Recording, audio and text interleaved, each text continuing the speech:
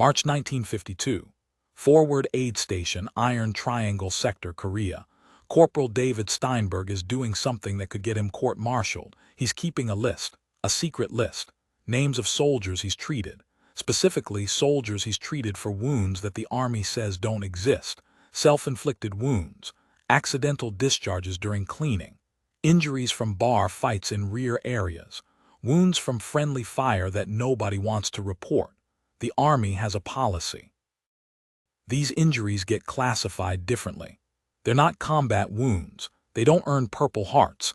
They go into a soldier's record as non-battle injuries, which can affect everything: promotions, benefits, medical care after discharge. But Steinberg has been noticing something. A lot of these non-battle injuries are bullshit classifications, and soldiers are getting screwed because of it. So he's keeping track. 240 names so far. And he's about to do something with that list that will expose one of the Army's dirtiest secrets in Korea. Let me explain how the classification system works. When a soldier gets wounded, the circumstances matter. Shot by the enemy during combat, that's a battle injury, eligible for Purple Heart, full medical benefits, preferential treatment. Shot during cleaning your weapon in camp, that's a non-battle injury. No Purple Heart, standard medical care, goes on your record as carelessness. Stepped on a mine during a patrol, battle injury. Stepped on a mine while drunk, wandering outside the perimeter, non-battle injury. The system makes sense in theory. You want to distinguish between combat wounds and accidents. Reward soldiers who are injured while genuinely fighting, not reward soldiers who injure themselves through negligence. But in practice, the system is abused, because officers have discretion in how they classify wounds, and officers have incentives to classify wounds as non-battle whenever possible. Here's why: battle injuries make a unit look like it's in heavy combat. High battle casualty rates mean the unit is ineffective, needs reinforcements, might get pulled from the line. Non-battle injuries don't count the same way. They're just accidents. Bad luck doesn't reflect on the unit's combat effectiveness. So officers, especially officers worried about their unit's reputation, have an incentive to classify marginal cases as non-battle injuries, and that's where soldiers get screwed. Steinberg starts noticing the pattern in January 1952. He's a combat medic, 23 years old, from Brooklyn. Been in Korea since July 1951. Seen hundreds of casualties. He's good at his job. Quick, calm under fire, knows his trauma medicine. But he's also paying attention to what happens after he treats someone. A soldier comes in with a gunshot wound to the leg, says he was on patrol, took fire from a ridgeline. Steinberg treats him, stabilizes him, sends him back to the battalion aid station. 2 days later, Steinberg sees the casualty report. The wound is classified as non-battle, accidental discharge during weapons maintenance. Steinberg is confused. He was there. The soldier was on patrol. He came directly from the line. There's no way this was an accidental discharge. He asks around, finds out what happened. The soldier's lieutenant didn't want to report enemy contact because it would require filing detailed reports and might trigger higher headquarters demanding an operation in that sector. So the lieutenant just classified it as an accident. Easier, less paperwork. The soldier, he's pissed. He was shot by the enemy and now it's going in his record as carelessness. But what's he going to do? Contradict his lieutenant? That's insubordination, so he takes it. And that happens again and again. By March, Steinberg has identified 47 cases where he's personally certain a wound was combat-related but got classified as non-battle. He starts keeping a list. Names, dates, actual circumstances, official classification. He's not sure what he's going to do with it, but he knows it's wrong. Then he treats a soldier named Private Eddie Morrison. Morrison comes in with shrapnel wounds, multiple pieces of metal embedded in his back and legs. He's lucid, tells Steinberg what happened. His squad was setting up an ambush position. Another American unit didn't know they were there, called in mortar fire on the same position. Friendly fire. 3 men killed, Morrison and 2 others wounded. Classic friendly fire incident. Happens in war. Tragic but not uncommon. The Army has procedures for this. Investigate, determine fault, classify the casualties appropriately. But here's what actually happens. Morrison's company commander doesn't want to report it as friendly fire, because friendly fire incidents trigger investigations. Investigations mean higher headquarters asking questions. Questions mean potentially blaming someone. Maybe the company commander for not coordinating properly. Maybe the unit that called the mortar fire. Nobody wants that scrutiny. So the commander classifies Morrison's wounds as non-battle, says Morrison was injured during mortar training. Accidental detonation of a training round. Morrison is furious. 3 of his buddies are dead, he's wounded, and it's going in the record as a training accident. That's not just wrong, that's insulting, but Morrison is a private, he has no power. He complains to his platoon sergeant. Sergeant says there's nothing he can do. Chain of command has spoken. Morrison comes back to Steinberg's aid station a week later for a follow-up. His wounds are healing, but he's still angry. He tells Steinberg the whole story. About the friendly fire, the dead friends, the false classification. And he asks, "Doc, is there anything I can do?" Steinberg thinks about it, thinks about his list, about the 47 cases he's documented, now 48 with Morrison, and he makes a decision. He tells Morrison, "I'm keeping track of these cases. Soldiers getting screwed by false classifications. When I have enough documentation, I'm going to report it to someone who will actually do something about it." Morrison asks, "Who?" "The battalion commander, he's the one approving these classifications." Steinberg says, "No, higher than that, maybe the IG, maybe a congressman, I don't know yet, but someone." Morrison looks at him like he's crazy. "Doc, you do that, you're finished. They'll bury you." Steinberg shrugs, "Maybe, but I took an oath to care for soldiers. That includes making sure they get what they're entitled to. If that means taking on the system, fine." Over the next 3 months, Steinberg documents 193 more cases. He's systematic about it. He doesn't just record what soldiers tell him. He cross-references with patrol reports, casualty reports, situation reports. He builds files. For each case, he has the soldier's account, his own medical notes, and the official classification. And in case after case, they don't match.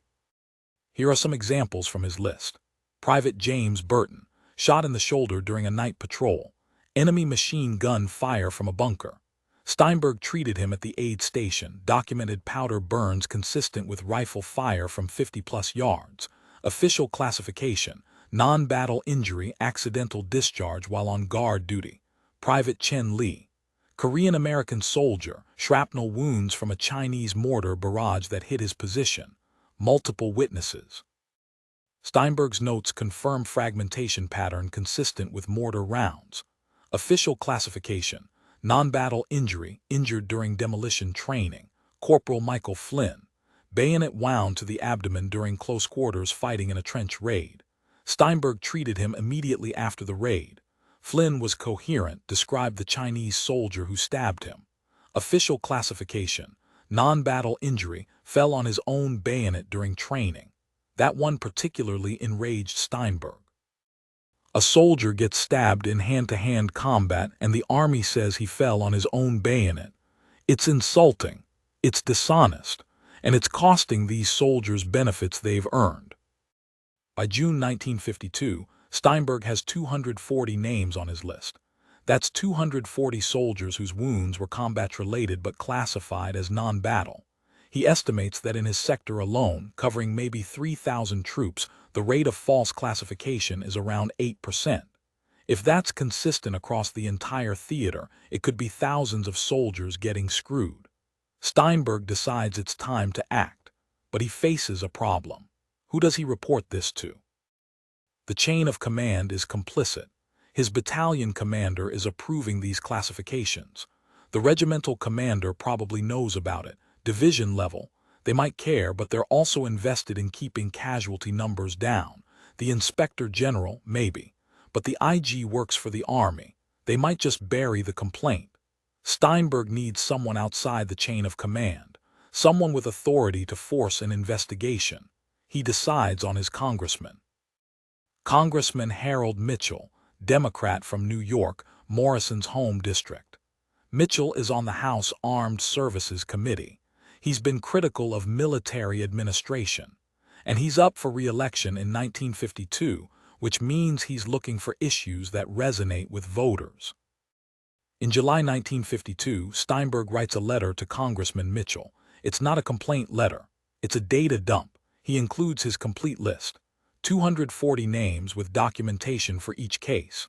Soldier's account, Steinberg's medical notes, official classification, discrepancy between them. He explains the pattern.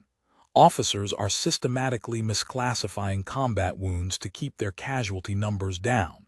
Soldiers are losing benefits they've earned. The Army is essentially committing fraud against its own troops. He sends the letter through civilian mail, not military channels, because if he sends it through military channels, it'll get intercepted. He knows this is the end of his Army career. Even if he's right, even if the investigation proves everything he says, the Army doesn't forgive whistleblowers. But Steinberg has made his peace with that. August 1952. Congressman Mitchell receives Steinberg's letter. He's skeptical at first. Random complaints from soldiers are common. Most of them are grievances without merit. But Mitchell's staff reviews the documentation. They're impressed. This isn't a complaint. It's a research paper, meticulously documented, cross-referenced with statistical analysis showing the pattern. Mitchell decides to investigate. He forwards the letter to the Army Inspector General with a request for a formal inquiry. He also forwards it to the House Armed Services Committee staff. He wants multiple eyes on this, and he sends a letter back to Steinberg thanking him for the information and asking if he'd be willing to testify if there's a hearing. Steinberg responds yes, he'll testify. He's already committed. September 1952. The IG launches an investigation. They send a team to Korea. They interview officers, review casualty reports, examine medical records, and they find exactly what Steinberg documented: systematic misclassification of combat wounds. The scope is even broader than Steinberg knew about, because he was only tracking cases in his sector. The IG team finds it's happening across multiple divisions. The estimated number of soldiers affected: over 3,000 in the first 6 months of 1952 alone. The motivations vary. Some officers are genuinely trying to keep casualty rates down to protect their unit's reputation. Others are covering up friendly fire incidents to avoid investigations. Some are just lazy, taking the path of least resistance in paperwork. But the result is the same. Soldiers who earned Purple Hearts aren't getting them. Soldiers who deserve full medical benefits are getting standard care, and their service records are being marked with non-battle injuries that could affect their careers and post-service benefits. The IG report is damning.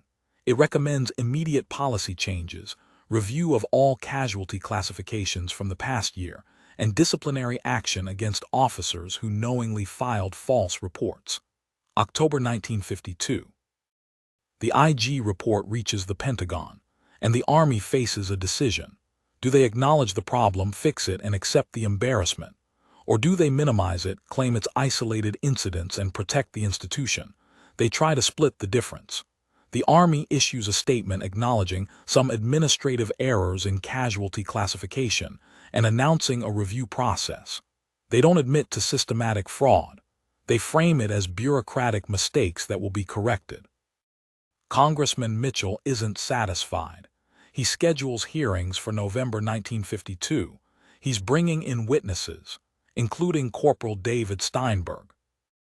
The Army panics. They don't want Steinberg testifying, not because he's wrong, but because he's right and has documentation. If he testifies publicly with 240 documented cases, it becomes a scandal. So they try to handle it internally. The Army offers Steinberg a deal. Drop the testimony and they'll reclassify all 240 cases on his list. They'll issue corrections, award Purple Hearts where appropriate, update medical records. They'll fix the specific cases he identified. In exchange, he doesn't testify and doesn't talk to the media. Steinberg considers it. He's achieved his primary goal, getting those 240 soldiers their proper classifications. But he also knows there are thousands more beyond his list. If he doesn't testify, those soldiers might never get justice. He declines the deal, says he'll testify. The Army tries another approach. They offer him an early discharge with full benefits. He can go home, go to medical school on the GI Bill, start his life. Just don't testify. Steinberg declines again. He's going to testify. November 15, 1952, House Armed Services Committee hearing. Steinberg takes the stand. He's nervous. He's a 23-year-old corporal testifying before Congress, but he's prepared. He brings his documentation, all 240 cases, and he tells the story, how he noticed the pattern, how he documented the cases, how officers were systematically defrauding soldiers of their earned benefits. The committee members are shocked, not because they didn't know this stuff happened. Politicians always know more than they admit, but because Steinberg has hard evidence. Names, dates, medical records, official classifications, and the discrepancies. It's irrefutable. Congressman Mitchell asks, "Corporal Steinberg, are you aware that by bringing this information forward, you've essentially ended your military career?" Steinberg says, "Yes, sir, I'm aware." Mitchell, "And you did it anyway." Why? Steinberg, "Because I took an oath, sir, to support and defend. Part of that, the way I see it, is defending soldiers from their own institution when the institution is wrong." The hearing lasts 3 days.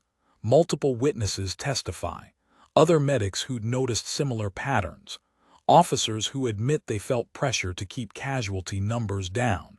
IG investigators who explain the scope of the problem. By the end, the committee has heard enough. They issue a report demanding immediate reforms. The Army has no choice. In December 1952, they announce major policy changes. First, all casualty classifications must be reviewed by medical personnel, not just officers. Medics and doctors will have input on whether a wound is combat-related. Second, any classification that contradicts medical documentation requires written justification and approval from regimental level or higher. Third, all casualty classifications from 1952 will be reviewed. Cases where there's discrepancy between medical records and official classification will be investigated and corrected. Fourth, officers who are found to have knowingly filed false casualty reports will face disciplinary action. It's a complete overhaul of the system, and it happens because one corporal kept a list. But there's a cost. Steinberg is discharged from the Army in January 1953. Honorable discharge, but it's clear he's being pushed out. The Army doesn't want him around. He's a reminder of their institutional failure. Steinberg goes home to Brooklyn, uses his GI Bill to go to medical school, becomes a doctor, specializes in trauma medicine, works in emergency rooms for 35 years. He never talks about Korea publicly, never seeks attention for what he did, just goes on with his life. But the soldiers on his list remember. In 1985, a group of them organizes a reunion.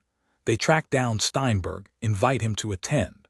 About 80 of the 240 soldiers show up.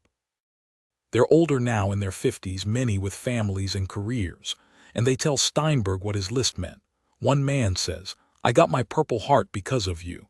That medal helped me get a VA loan for my house. My kids grew up in that house. You made that possible." Another says, "I was classified as a non-battle injury. That affected my disability rating when I got out. Would have gotten 30%. Your list got it corrected to 70%. That's the difference between scraping by and actually living. Thank you." A third says, "It's not about the medal or the benefits, it's about being acknowledged. I got wounded fighting for my country. The Army said I was careless. You said I was a soldier who got hurt doing my job. That matters. That validation matters." Steinberg is overwhelmed. He tells them, "I was just doing what any medic would do, taking care of soldiers."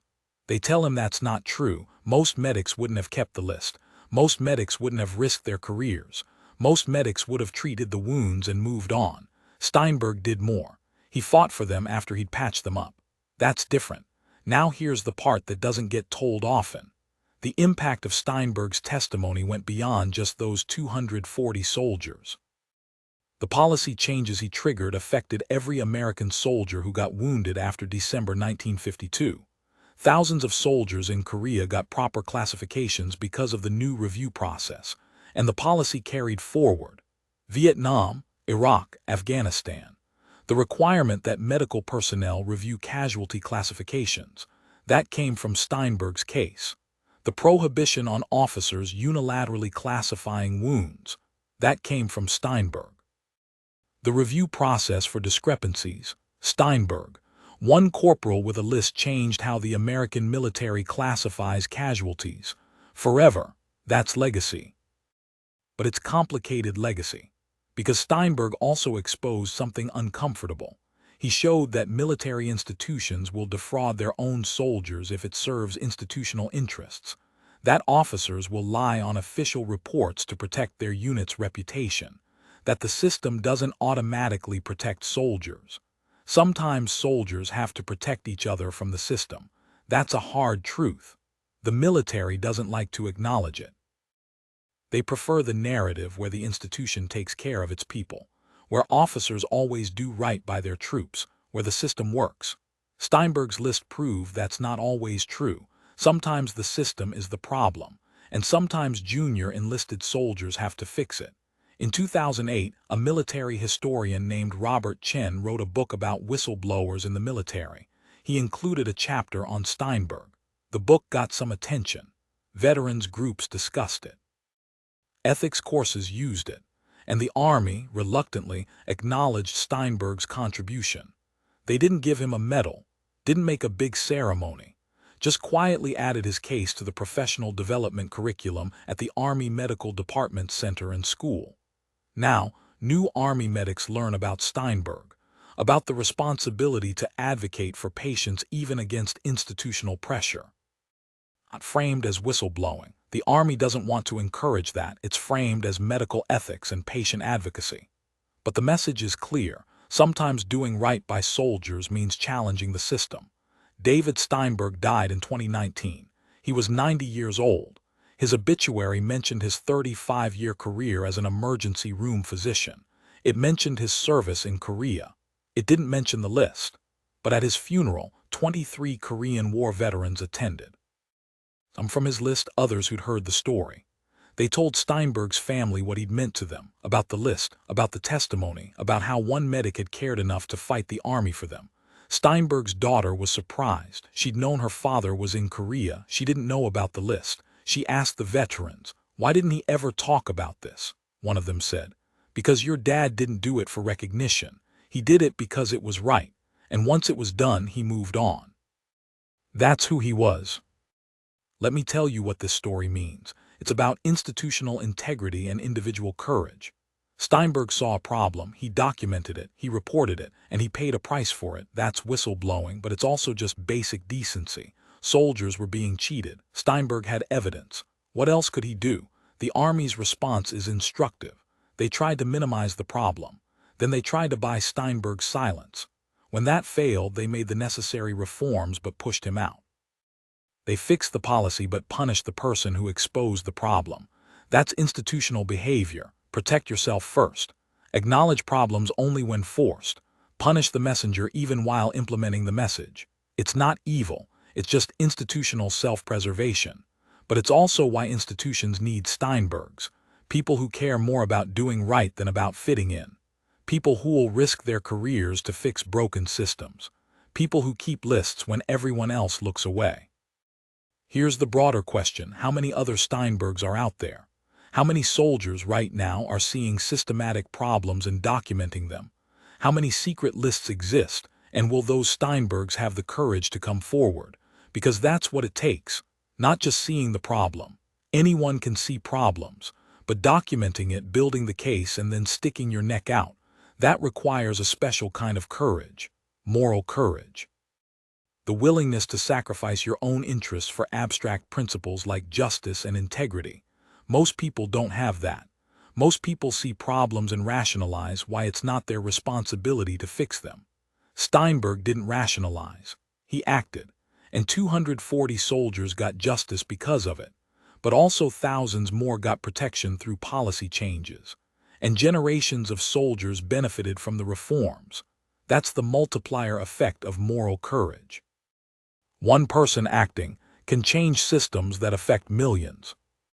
Now let me address the counterargument. Some people will say Steinberg was insubordinate. He went outside the chain of command. He embarrassed the army publicly. He should have worked within the system. My response: he tried. He documented the problem. He reported it informally to his superiors. They did nothing.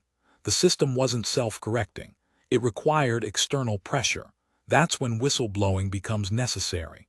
When internal mechanisms fail, external accountability is required. Steinberg provided that. Could he have done it differently? Sure.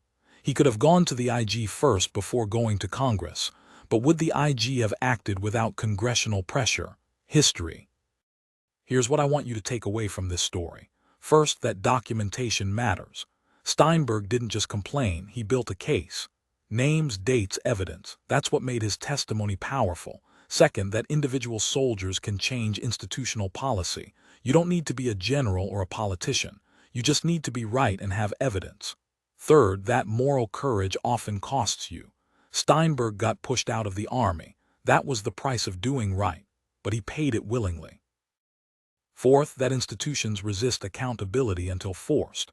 The army knew about the classification problems. They didn't fix it until exposed. That's normal institutional behavior. Fifth, that the impact of individual action can be enormous.